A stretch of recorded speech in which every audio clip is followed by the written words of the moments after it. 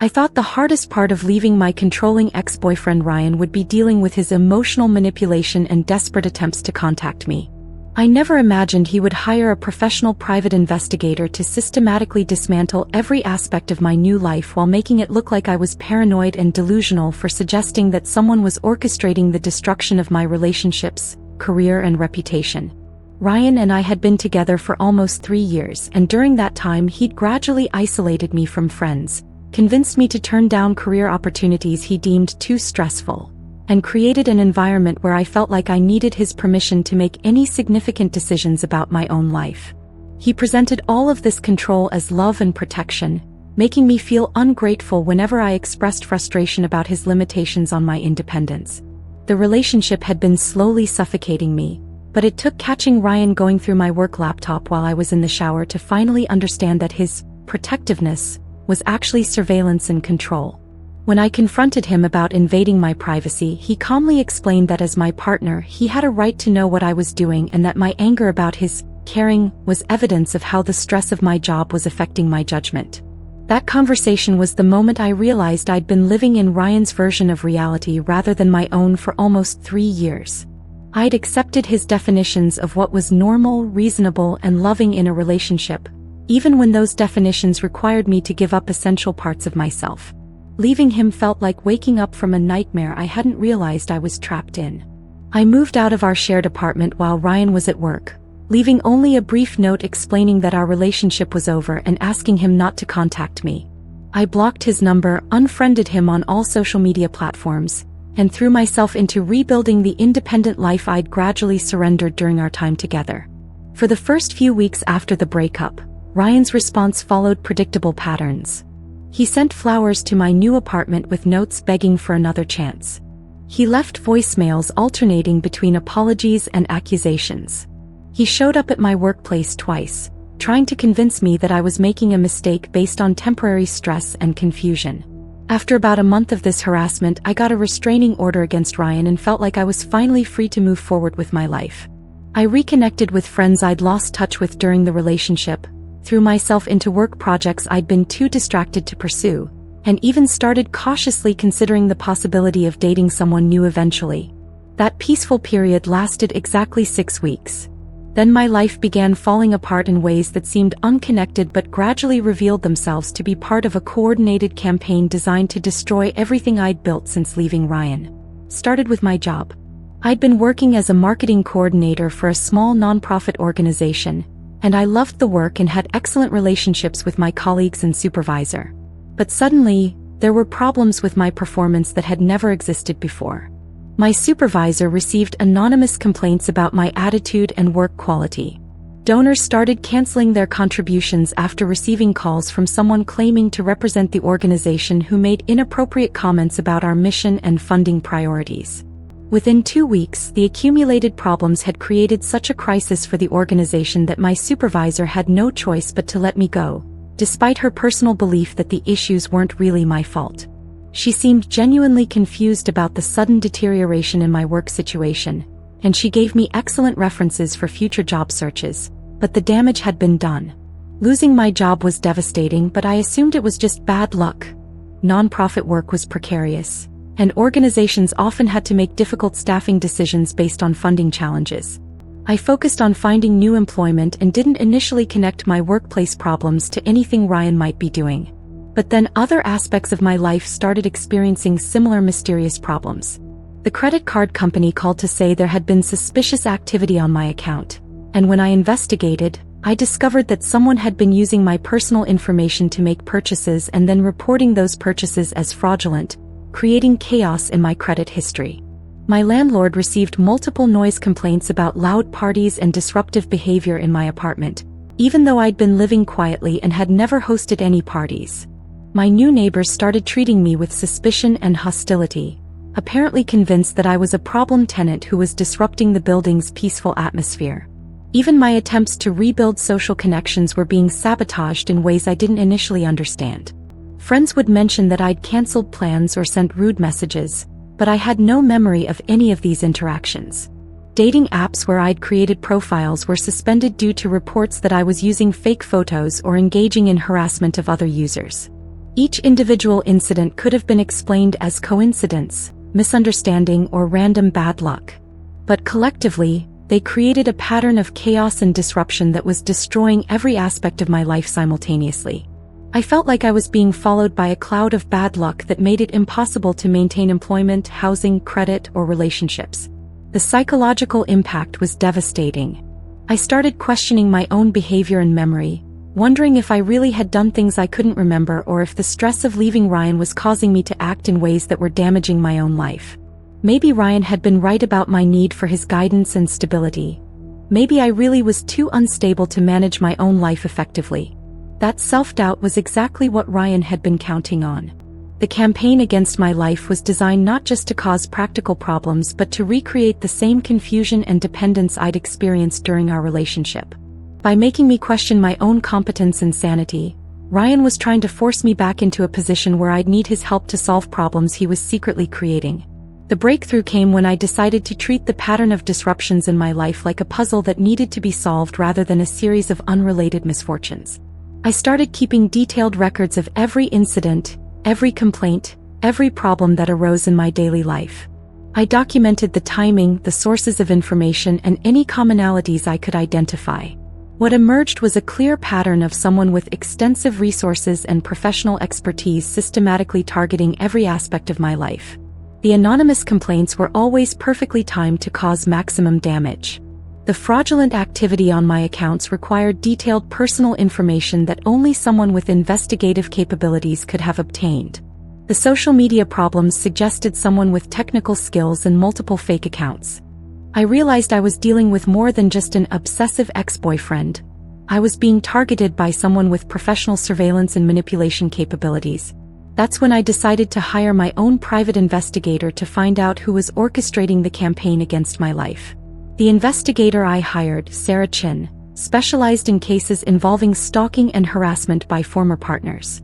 When I described the pattern of problems I'd been experiencing, she immediately recognized the tactics as consistent with what she called proxy harassment, using professional services to destroy someone's life while maintaining plausible deniability about direct involvement. Sarah's investigation revealed that Ryan had indeed hired a private investigator named Marcus Webb, whose specialty was what he euphemistically called reputation management and relationship counseling services. Webb's actual business model involved helping obsessive ex-partners systematically destroy their former partners' lives through seemingly unrelated attacks on employment, credit, housing, and social connections. The scope of Webb's operation against me was breathtaking in its thoroughness and cruelty. He'd created fake identities to file complaints against me at work, used my stolen personal information to commit credit fraud in my name, hired actors to call my landlord with noise complaints, and even created elaborate fake social media profiles to harass me on dating platforms and report my legitimate accounts as fraudulent. Webb had been documenting my daily routines through surveillance, using that information to time his attacks for maximum psychological impact. He'd studied my personality and vulnerabilities through Ryan's detailed briefings, allowing him to craft problems that would specifically trigger my insecurities and self-doubt. Most disturbingly, Webb had been recording my reactions to the problems he was creating, providing Ryan with detailed reports about my emotional state, my coping strategies, and my growing desperation as my life fell apart. Ryan had been consuming documentation of my suffering like entertainment, paying thousands of dollars to watch me struggle with problems he'd commissioned. The evidence Sarah gathered was enough to pursue both criminal and civil charges against Ryan and Webb. They'd committed multiple felonies including identity theft, fraud, harassment, stalking, and conspiracy. The systematic nature of their campaign and the professional resources they'd used made their crimes particularly serious from a legal perspective. The criminal trial was lengthy and complex, requiring testimony from dozens of victims of Webb's reputation management services. It turned out that I wasn't his only target. He'd been running similar campaigns against other women on behalf of obsessive ex-partners for over 2 years. The judge noted during sentencing that Webb's business model represented a new form of domestic abuse that used professional services to continue victimizing women after they'd escaped from abusive relationships. Ryan was sentenced to 5 years in prison for his role in commissioning and funding the campaign against my life. Webb received 8 years for his more extensive criminal enterprise. both were ordered to pay substantial restitution to cover the financial and emotional damage their actions had caused. But the legal victory couldn't undo the year of chaos and trauma they'd inflicted on my life. I'd lost my job, my apartment, my credit rating, and my sense of security. More damaging still, I'd internalized Ryan's gaslighting to the point where I'd started believing that I really was too unstable to manage my own life effectively.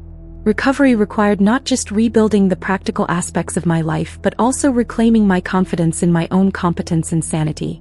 I had to learn to differentiate between genuine self-reflection and the manufactured self-doubt that Ryan's campaign had been designed to create. It's been 2 years since Ryan and Webb were convicted and imprisoned, and I'm still working through some of the psychological effects of their systematic attack on my life. But I've also developed a strength and awareness that serves me well in recognizing manipulation and protecting myself from people who might try to exploit my vulnerabilities. I'm sharing my story because I want people to understand that if your life starts falling apart in mysterious ways after leaving an abusive relationship, those problems might not be coincidences or evidence of your own incompetence. They might be evidence that your abuser is continuing to attack you through professional proxies. Trust your instincts if the pattern of problems in your life seems too coordinated to be random bad luck. Document everything, look for connections between seemingly unrelated incidents, and don't hesitate to hire your own investigative professionals if you suspect you're being targeted by someone with extensive resources. The person I was before Ryan hired a private investigator to destroy my life was trusting and willing to assume the best about people's motivations. The person I am now is more cautious but also more informed about the sophisticated ways that abusers can continue to victimize their former partners even after the relationship has ended. Abusers like Ryan understand that their victims will eventually escape direct control, and the most dangerous ones will invest significant resources in maintaining indirect control through professional services that can attack their victims while maintaining plausible deniability. But with awareness, documentation, and professional help, it's possible to expose these campaigns and hold the perpetrators accountable for their crimes. Your independence and sanity are worth protecting, and no one, not even someone with professional resources and unlimited malice, has the right to systematically destroy your life because you refuse to remain under their control. The most insidious form of continued abuse is the kind that makes you complicit in your own destruction by convincing you that you're the source of your own problems. But no matter how professional or sophisticated the campaign against you might be, you have the right to investigate, resist, and ultimately reclaim your life from those who would destroy it for their own purposes. I never thought I'd be the person frantically packing a suitcase at 3 a.m. while my own mother stood outside my apartment door, begging me to get help and warning my neighbors that I was having an episode. But that's exactly where I found myself 6 months after ending what I thought was just a bad relationship with someone who turned out to be a master manipulator capable of rewriting my entire family's perception of reality. The relationship with Cameron had lasted about 1.5 years, and for most of that time, I'd convinced myself that his controlling behavior was just passionate love. He had this incredible ability to make me feel like the center of his universe while simultaneously making me feel like I was constantly disappointing him. Cameron would shower me with attention and affection, then withdraw at the moment I didn't meet his impossible standards for how a girlfriend should behave. By the end of our relationship, I felt like I was walking on eggshells every moment we were together. Cameron had opinions about everything: my job performance, my friendships, my relationship with my family, even the way I arranged furniture in my apartment. He presented all of his criticism as helpful guidance from someone who loved me enough to want me to be the best version of myself. The final breaking point came when I realized that Cameron had been systematically isolating me from everyone who cared about me. He'd convinced me that my best friend was jealous of our relationship, that my co-workers were trying to undermine my success, and that my family didn't really understand who I was as a person. Looking back, I can see how he'd planted seeds of doubt about everyone in my life except him.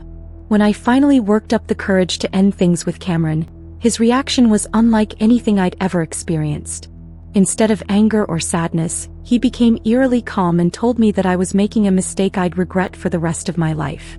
He said he understood that I needed space to figure things out, but that he'd be there when I came to my senses and realized what I was throwing away. I blocked Cameron's number, removed him from all my social media accounts, and threw myself into rebuilding the relationships I'd neglected during our time together. I reconnected with friends, started spending more time with my family, and generally felt like I was rediscovering who I was when I wasn't constantly trying to meet someone else's expectations. For about 2 months, life felt normal again. I assumed Cameron had accepted our breakup and moved on with his life. I occasionally wondered how he was doing, but mostly I was relieved to be free from the constant stress of trying to please someone who was never satisfied with anything I did. That peaceful period ended when my sister called me one evening, her voice tight with concern and confusion. She said she'd gotten a troubling phone call from Cameron, who'd reached out because he was worried about my mental state, and thought my family should know that I'd been behaving erratically since our breakup.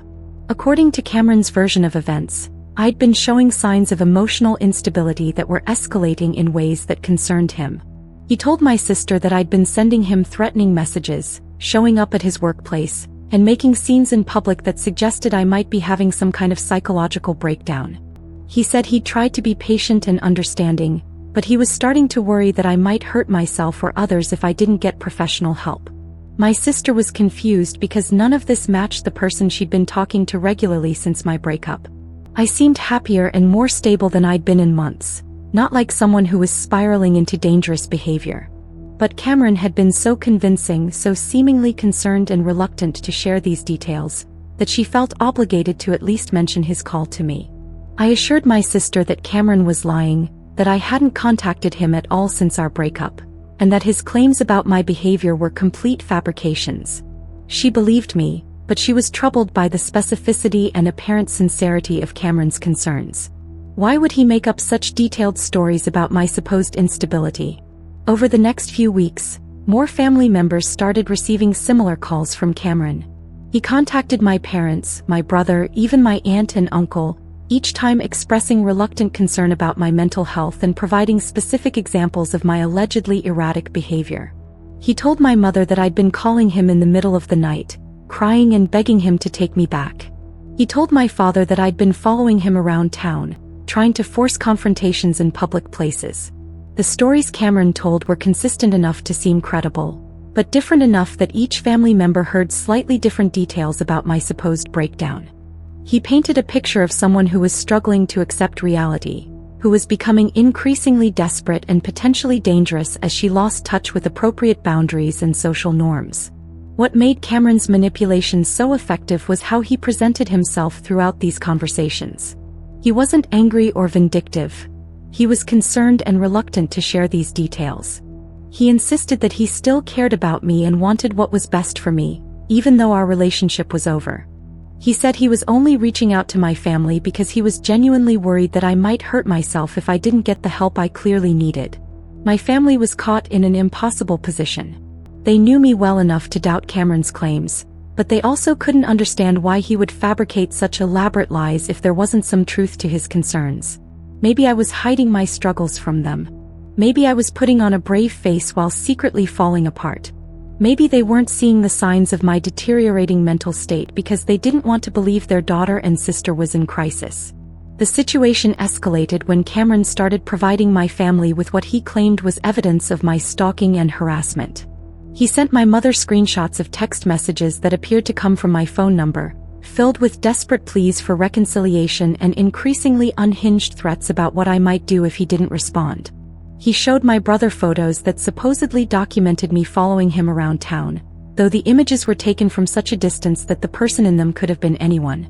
Most disturbingly, Cameron somehow obtained recordings of phone calls that sounded like my voice, leaving rambling, emotional voicemails that painted a picture of someone who was clearly having a psychological crisis. The person in these recordings sounded like me, but the content was so unlike anything I would ever say that I wondered if Cameron had used some kind of technology to fake my voice or if he'd hired someone to impersonate me. My family's concern reached a crisis point when Cameron told them that I'd shown up at his apartment building in the middle of the night, banging on his door and screaming threats about what I'd do if he didn't let me in. He said building security had been called, and that he was considering filing for a restraining order if my behavior continued to escalate. That's when my mother decided she needed to intervene. She showed up at my apartment unannounced, along with my father and brother, convinced that I was having a mental health emergency that I wasn't capable of recognizing or addressing on my own. They said they'd been talking to Cameron regularly, that they'd seen evidence of my deteriorating condition, and that they were there to help me get the treatment I clearly needed. The intervention was surreal and heartbreaking. My own family, people who had known me for my entire life, were convinced that I was delusional and potentially dangerous. They spoke to me in the careful, gentle tones usually reserved for people who might become violent at any moment. They kept referencing incidents and behaviors that had never happened, conversations we'd supposedly had that existed only in Cameron's imagination. When I tried to defend myself, to explain that Cameron was manipulating them and that none of his claims were true, my family interpreted my protests as further evidence of my psychological denial. The more emphatically I insisted that I'd never contacted Cameron, never followed him, never left threatening voicemails, the more convinced they became that I was living in a delusional reality where I couldn't remember or acknowledge my own actions. It was my father who finally said the words that made me realize how completely Cameron had poisoned their perception of me. "Honey, we've seen the evidence. We've heard the recordings. Cameron showed us the texts and the photos. We know you're hurting and we know you don't remember doing these things, but that doesn't mean they didn't happen. Sometimes when people are in crisis, they block out memories of behavior they're ashamed of." In that moment, I understood that Cameron hadn't just been lying about me. He'd been creating an alternate reality so convincing that my own family believed his version of events over mine. He'd used their love and concern for me as weapons, exploiting their natural desire to help me through what appeared to be a serious mental health crisis. The psychological impact was devastating. Being doubted and disbelieved by strangers is painful, but being treated like a dangerous, delusional person by your own family creates a kind of existential crisis that's hard to describe. These were people who had known me since birth, who had watched me grow up and develop into an adult. If they could be convinced that I was capable of stalking, harassment, and threatening behavior, what did that say about my place in the world? I realized I needed to prove Cameron's deception not just for my own sake, but to protect my family from being further manipulated by someone who was clearly willing to go to extraordinary lengths to maintain control over my life. I started documenting my daily activities, creating alibis for times when Cameron claimed I'd been stalking him. I hired a private investigator to look into the evidence Cameron had provided to my family, hoping to find proof that it had been fabricated. What the investigation revealed was even more sophisticated and disturbing than I'd imagined. Cameron had been using a combination of technology and hired accomplices to create the illusion that I was stalking him. He'd used voice synthesis software to create fake recordings of me leaving threatening voicemails. He'd hired someone who resembled me to pose for photos that supposedly documented my stalking behavior. He'd even used spoofing technology to send text messages that appeared to come from my phone number. The investigation also revealed that Cameron had done this before. He'd used similar tactics against at least 2 previous ex-girlfriends, creating elaborate campaigns of fake evidence to convince their families and friends that they were dangerous, unstable people who couldn't be trusted. He seemed to derive satisfaction from isolating his former partners and destroying their support systems even after the relationships had ended. Armed with this evidence, I was finally able to convince my family that they'd been manipulated. The process was long and difficult. It's hard for people to accept that they've been thoroughly deceived by someone they trusted. My parents felt guilty for doubting me, my siblings were angry at themselves for believing Cameron's lies, and all of us struggled with the realization that we'd been pawns in his psychological game. The legal consequences for Cameron were significant but felt inadequate given the scope of his manipulation. He was charged with stalking, harassment, fraud, and several other crimes related to his campaign of deception. The judge noted during sentencing that Cameron's willingness to destroy family relationships and exploit parental love showed a level of cruelty that warranted the maximum possible punishment. But the damage to my family relationships took much longer to repair than Cameron's legal case took to resolve. Even after my family understood that they'd been manipulated, there was lingering awkwardness and mistrust that we had to work through together. They felt guilty for doubting me, and I felt angry that they'd believed a relative stranger over their own daughter and sister. It's been over a year since Cameron was convicted and sentenced to prison, and my family relationships are stronger now than they were before his manipulation campaign. We learned important lessons about how abusers exploit family bonds and how sophisticated psychological manipulation can be. We also developed better communication strategies and verification processes for situations where someone outside the family claims to have concerning information about one of us. The hardest part of recovery was rebuilding my confidence in my own reality after months of being told that my perceptions and memories were unreliable. Even though I knew Cameron had been lying, having my own family question my sanity had planted seeds of self-doubt that took extensive therapy to overcome. I'm sharing my story because I want people to understand that abusers don't just target their victims. They target entire support systems, using family love and concern as weapons in their campaigns of control and manipulation.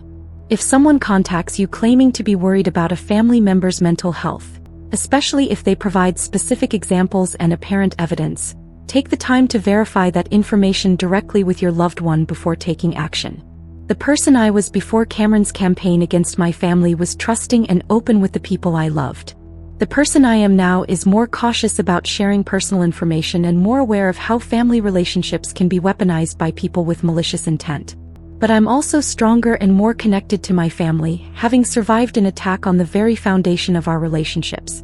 Trust your instincts when something feels wrong, even if the person raising concern seems credible and well-intentioned. Sometimes the most dangerous predators are the ones who study their victims' families carefully enough to know exactly which emotional buttons to push and which fears to exploit. The most insidious form of abuse is the kind that turns your support system against you, making you question not just your own reality but your place in the world and your worthiness of love and protection. But no matter how sophisticated the manipulation might be, the truth has a way of emerging, and genuine family bonds are stronger than any lies designed to destroy them.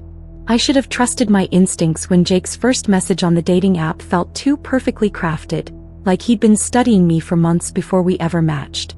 But after 6 months of looking over my shoulder and changing my routines to avoid my ex-boyfriend Marcus, I was desperate for some normalcy in my life. I wanted so badly to believe that I could move on and find someone new that I ignored every warning sign screaming at me that this wasn't a coincidence. Marcus and I had dated for about 8 months before his behavior became so controlling and obsessive that I had to get a restraining order against him. What started as passionate attention had gradually transformed into surveillance, manipulation, and threats that made me afraid to leave my apartment. Marcus would show up at my work, follow me to the grocery store, and send dozens of messages daily alternating between professions of love and promises of what he'd do if I didn't take him back. The final incident that convinced me to involve the police happened when I came home to find Marcus sitting in my living room, having somehow gotten past the locks I'd changed twice. He calmly explained that we needed to have a conversation about our relationship, and that he wasn't leaving until I understood how much I meant to him. The 3 hours I spent trapped in my own apartment while he alternated between sweet declarations and barely contained rage were the most terrifying of my life. After Marcus was arrested and served with the restraining order, I moved to a different part of town and tried to rebuild my sense of security. 4 months, I lived like a prisoner of my own paranoia, varying my routes to work, shopping at different stores, avoiding social media, constantly checking over my shoulder. Gradually, Marcus's attempts to contact me decreased, and I started to hope that maybe he'd finally moved on. That's when I decided to try online dating again. I'd been isolated for so long that I was desperate for human connection that didn't involve fear or hypervigilance. I created a new profile on a different app than I'd used before, chose photos that didn't appear anywhere else online, and was careful not to include any identifying information about where I lived or worked. Jake was one of my first matches, and something about his profile immediately caught my attention. He was handsome in a casual, approachable way with interests that perfectly aligned with mine: hiking, indie movies, craft beer, even the same obscure bands I'd mentioned loving. His bio was witty without trying too hard, confident without being arrogant. When he messaged me, his opening line referenced a detail from my profile that showed he'd actually read it carefully. Our conversation flowed effortlessly from the start. Jake seemed genuinely curious about my thoughts and experiences, asking follow-up questions that showed he was really listening. He shared stories about his own life that felt authentic and vulnerable. His job as a graphic designer, his close relationship with his family, his recent move to the city for work. After weeks of isolation and fear, talking to Jake felt like coming back to life. What struck me most about Jake was how safe he made me feel even through a screen. After months of Marcus's intensity and aggression, Jake's gentle humor and respectful communication style was like a breath of fresh air. He never pushed for personal information I wasn't ready to share, never made me feel rushed or pressured. When he finally asked me out after 2 weeks of messaging, I was genuinely excited for the first time in months. We planned to meet at a popular brunch spot downtown on Sunday morning. Public, bright, casual, perfect for a first date. I spent way too long getting ready, changing outfits 3 times before settling on something that made me feel confident but not overdressed. As I walked to the restaurant, I felt lighter than I had in months, like maybe I was finally ready to put the nightmare with Marcus behind me. Jake was already seated when I arrived, and he looked exactly like his photos. Tall, dark hair, warm smile that made me feel instantly at ease. He stood up to greet me with a hug that lasted just the right amount of time, neither too brief nor too familiar. The conversation over brunch flowed just as naturally as our texting had, and I found myself thinking that maybe online dating wasn't so bad after all. But about halfway through our meal, Jake said something that made my blood run cold. He mentioned a restaurant he'd heard great things about, describing it as this little Italian place on Maple Street that supposedly has amazing seafood pasta. It was such a specific detail, and it happened to be the exact restaurant where Marcus had taken me on our first date. A place so small and obscure that I'd never heard of it before Marcus suggested it. I tried to convince myself it was just a coincidence. There were hundreds of restaurants in the city, and maybe Jake had just happened to hear about the same obscure place Marcus had found. But something about the way he'd described it felt too familiar, like he was testing my reaction to see if I recognized it. The uneasiness grew when Jake started asking questions about my neighborhood. He mentioned loving the area where I lived, describing specific streets and landmarks with an accuracy that seemed too detailed for someone who'd supposedly just moved to the city. When I asked how he knew the area so well, he said he'd been exploring different neighborhoods since arriving, looking for the perfect place to settle down. "I actually looked at an apartment on your street," he said casually, cutting into his pancakes. "Really charming building with the red brick facade and the little garden courtyard. Do you know the one I mean?" My heart started pounding as I realized he was describing my building perfectly, details that wouldn't be visible unless you'd actually been inside the courtyard or done extensive surveillance of the property. There was no way someone would randomly look at apartments on my specific street unless they already knew I lived there. That's when I started noticing other things about Jake that I'd been too hopeful to see clearly before. He had the same dark hair as Marcus, the same build, similar facial features that could easily be explained by family resemblance. His mannerisms reminded me of Marcus too. The way he tilted his head when he was thinking, the gesture he made with his hands when he talked, even his laugh sounded familiar. I excused myself to go to the bathroom, needing a moment to process what was happening. As I stared at my reflection in the mirror, trying to calm my racing heart, I pulled out my phone and did something I should have done weeks earlier. I reverse-searched Jake's photos to see if they appeared anywhere else online. What I found confirmed my worst fears. The photos Jake had used in his dating profile belonged to someone named Jacob Rivera, a graphic designer from Portland whose images had been scraped from his professional website. The real Jacob had no idea his photos were being used to catfish women, and his actual social media showed a completely different life than the one Jake had described to me. My hands were shaking as I realized what was happening. Marcus hadn't given up. He'd created an elaborate fake identity to continue stalking me through dating apps. He'd studied my preferences so carefully that he'd been able to craft the perfect persona to attract me, using information he'd gathered during our relationship to make himself seem like my ideal match.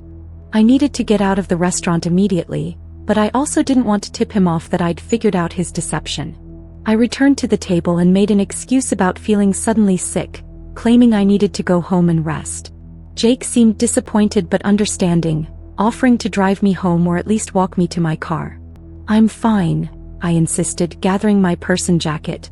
"I just need some fresh air and rest. Thank you for brunch.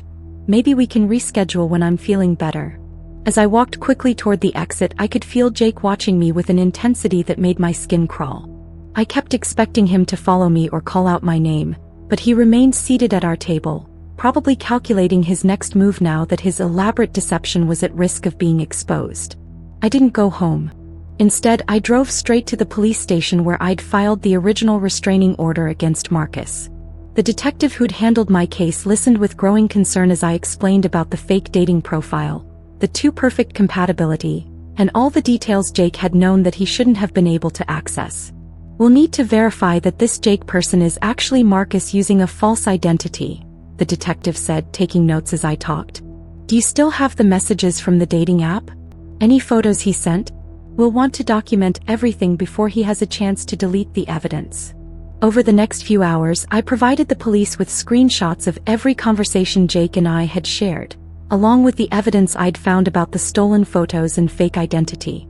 The detective was particularly interested in the specific details Jake had mentioned about my neighborhood and building, information that suggested he'd been conducting surveillance even while maintaining the pretense of being a new person in my life. The investigation revealed that Marcus had been far more sophisticated in his stalking than anyone had realized. He'd created multiple fake identities across different dating platforms, carefully studying women's profiles to craft personas that would appeal to their specific interests and preferences. I wasn't his only target. He'd been running similar operations against at least 3 other women simultaneously. Most disturbing of all, Marcus had somehow gained access to my dating app activity, possibly through spyware he'd installed on my phone during our relationship. He'd been able to see my profile, read my messages with other matches, and use that information to create Jake's persona as the perfect counter to every disappointment I'd experienced with online dating. The fake brunch date had been a test to see how successfully he could deceive me face-to-face while using his brother's identity. Jake wasn't just a fake name, he was Marcus's twin brother Jacob, who had been manipulated into helping with the deception under the guise of helping Marcus win back his supposedly unstable ex-girlfriend who was spreading lies about him to mutual friends. When police contacted the real Jacob Rivera, whose photos had been stolen for the dating profile, they discovered an even more twisted layer to Marcus's scheme. Jacob wasn't a random victim whose photos had been scraped from the internet. He was Marcus's identical twin brother, and he'd been unknowingly participating in the stalking campaign because Marcus had convinced him that I was a dangerous ex who needed to be monitored for everyone's safety. Marcus had told Jacob that I'd been making threats against their family, showing him fake screenshots of messages I'd supposedly sent. He'd convinced his brother that creating a fake dating profile to keep tabs on my activities was a necessary safety precaution, not a criminal violation of the restraining order. Jacob had genuinely believed he was protecting his brother from an unstable ex-girlfriend, not participating in an elaborate stalking scheme. The revelation that I'd been on a date with my stalker's twin brother, who looked exactly like the man I was trying to escape, was traumatic in ways I couldn't have imagined. Even though Jacob had been manipulated rather than malicious, sitting across from Marcus's identical face while he gathered information about my life felt like the ultimate violation of my attempts to move on and heal. Marcus was arrested again, this time for multiple violations of the restraining order, identity theft, fraud, and cyberstalking. His use of his brother's identity and manipulation of family relationships to continue his stalking campaign resulted in additional charges and a much longer prison sentence. Jacob cooperated fully with the investigation once he understood how he'd been deceived and used. It's been 8 months since the fake brunch date that revealed the extent of Marcus's continued stalking, and I'm still working through the psychological impact with a therapist who specializes in complex stalking cases. The experience taught me that restraining orders and physical distance aren't enough to stop someone truly determined to maintain control over their victim's life. I haven't tried online dating since discovering Marcus's elaborate deception, and I'm not sure when I'll feel ready to trust that potential matches are who they claim to be. The technology that's supposed to help us find connection and love can also be weaponized by people with the knowledge and determination to create false identities and manipulate victims from a distance. I'm sharing my story because I want other people to understand that if something feels too good to be true in online dating, if someone seems perfectly compatible, knows too much about your preferences, or mentions specific details about your life that you haven't shared, trust your instincts and investigate before meeting in person. The person I was before Marcus's fake dating scheme was optimistic about finding love and willing to give people the benefit of the doubt. The person I am now is more cautious and vigilant, but also more aware of the sophisticated ways that stalkers can continue to victimize their targets even when they seem to have moved on. Sometimes the most dangerous predators are the ones who study their victims so carefully that they can become exactly what their targets are looking for, using family connections and stolen identities to maintain access even when legal barriers should have kept them away. But with awareness, documentation, and the right support systems, it's possible to expose these deceptions and hold the perpetrators accountable for their crimes. Your safety is more important than giving someone the benefit of the doubt, and your instincts about potential danger should always be trusted over your desire to believe that people are who they claim to be. I never thought choosing a secluded hiking trail for a first date could be a life or death decision. But that's exactly what happened when I agreed to meet someone who'd been studying my routines, my preferences, and my vulnerabilities for months before we ever matched on a dating app. What I thought was a spontaneous suggestion from a nature-loving guy turned out to be the final stage of an elaborate plan that was supposed to end with my body never being found. The whole nightmare started innocently enough when I matched with someone named David on a hiking-focused dating app. After months of terrible coffee dates with guys who seemed more interested in their phones than getting to know me, David's profile was refreshing. His photos showed him on various mountain trails, rock climbing, camping under the stars. Exactly the kind of adventurous lifestyle I'd been craving but hadn't found anyone to share with. David's first message referenced specific trails I'd mentioned wanting to explore in my profile, and he seemed genuinely knowledgeable about the area's hiking opportunities. Over the next 2 weeks, our conversations were filled with discussions about favorite outdoor gear, dream backpacking destinations, and shared frustration with people who claimed to love nature but never actually left the city. What impressed me most about David was how well he seemed to understand my personality and interests. He recommended trails that perfectly matched my fitness level and experience. He suggested gear brands I'd been researching but hadn't mentioned to him.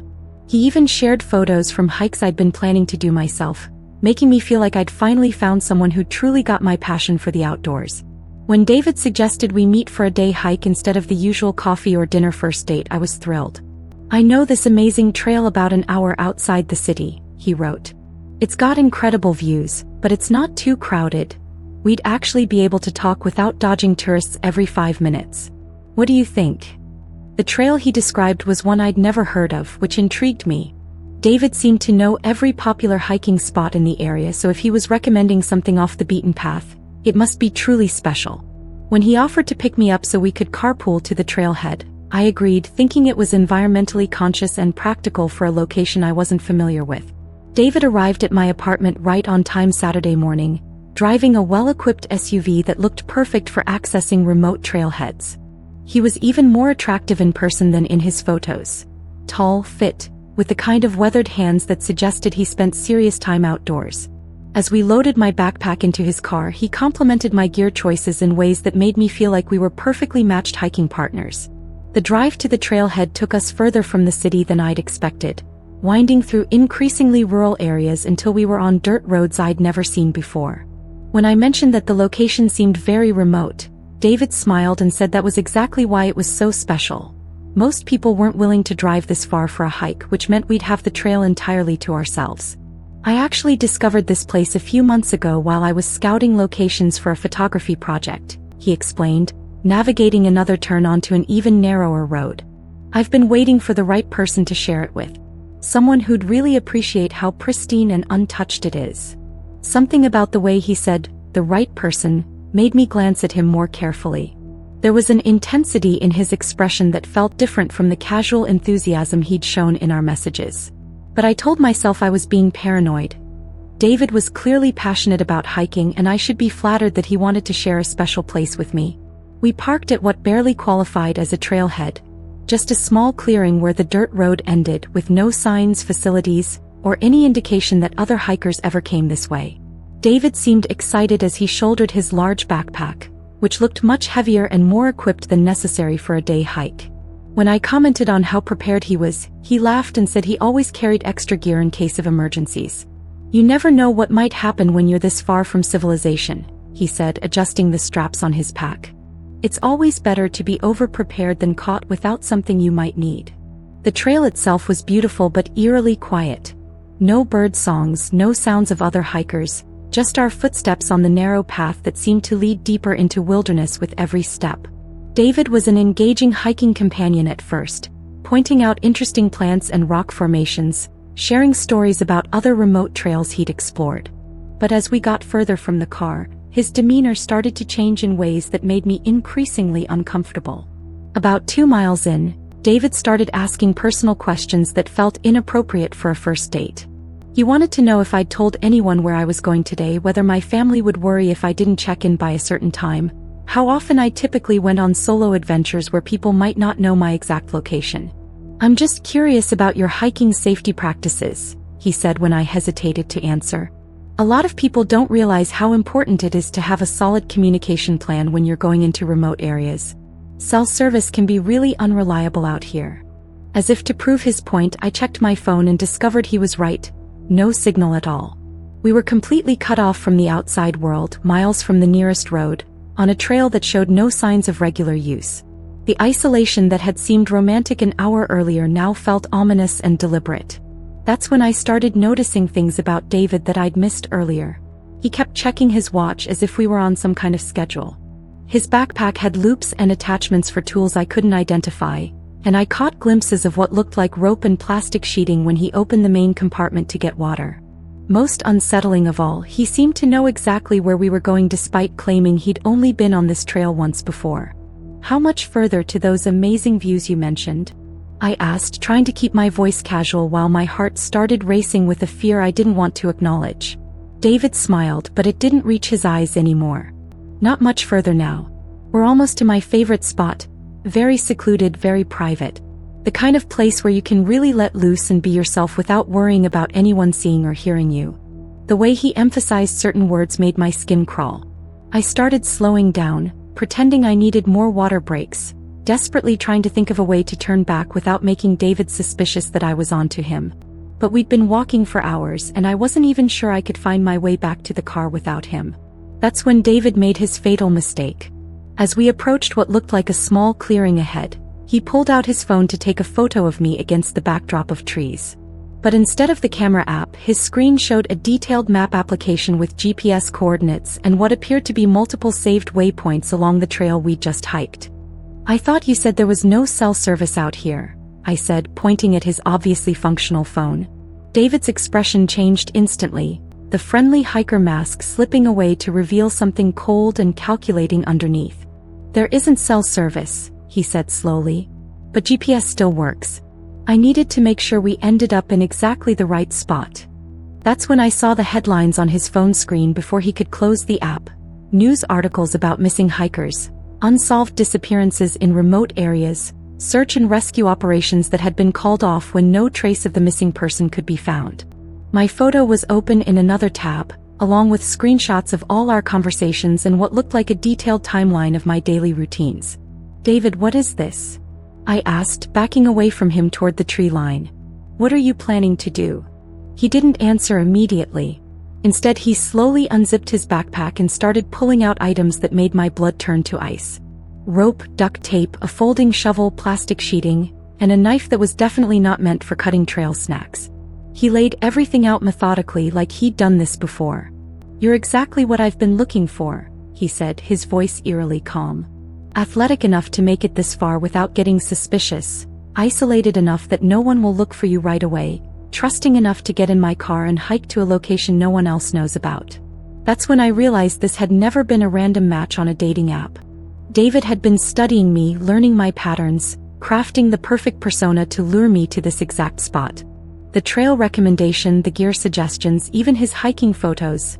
Everything had been designed to make me believe we were perfectly compatible outdoor enthusiasts. "I've been watching you for months," he continued, picking up the rope and testing its strength. "Your apartment building, your gym, your favorite coffee shop.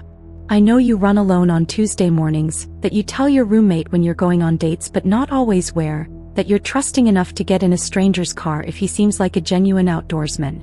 I realized I had maybe 30 seconds before David finished preparing whatever he had planned for me. The clearing we'd reached was obviously chosen specifically for its isolation. No trail markers, no chance of other hikers stumbling across us, surrounded by dense forest that would muffle any sounds.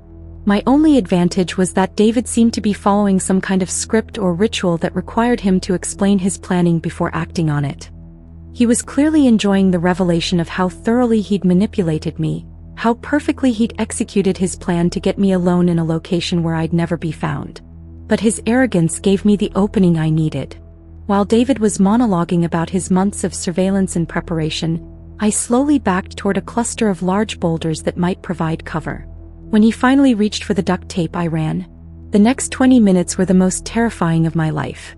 David chased me through dense forest while I crashed through undergrowth, desperately trying to put distance between us and find some kind of shelter or landmark that might lead back to civilization. I could hear him behind me, moving with the confidence of someone who knew these woods well and had probably planned for this contingency.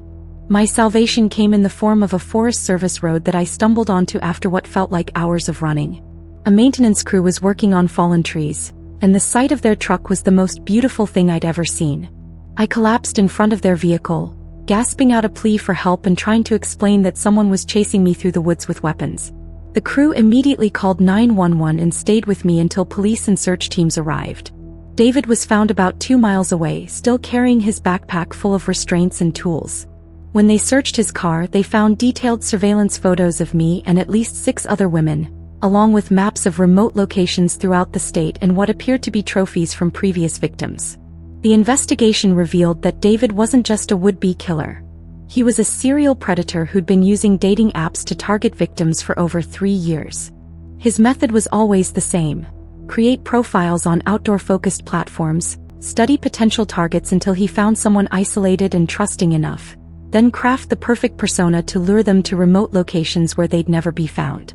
I was lucky to be the first victim who escaped, but police found evidence linking David to at least 4 missing hikers whose disappearances had been written off as solo adventure accidents.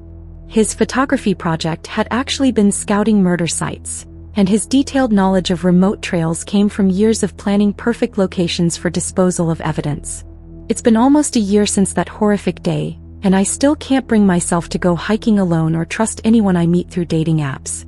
The experience taught me that predators can be incredibly sophisticated in their planning and manipulation, spending months studying their targets to create perfect false identities. I'm sharing my story because I want people to understand that if someone seems too perfectly matched to your interests, especially for activities that would take you to isolated locations, trust your instincts if anything feels off. Real connections develop naturally over time. They don't usually involve someone who immediately understands all your preferences and suggests exactly what you've been looking for. The person I was before that fake hiking date was trusting and eager to find someone who shared my outdoor passions. The person I am now is more cautious and vigilant, but also grateful to be alive and determined to help others recognize the warning signs of predators who use shared interests as hunting tools. Your safety is more important than being polite or giving someone the benefit of the doubt, especially when they want to take you somewhere isolated where you'll be completely dependent on them for your well-being and safety.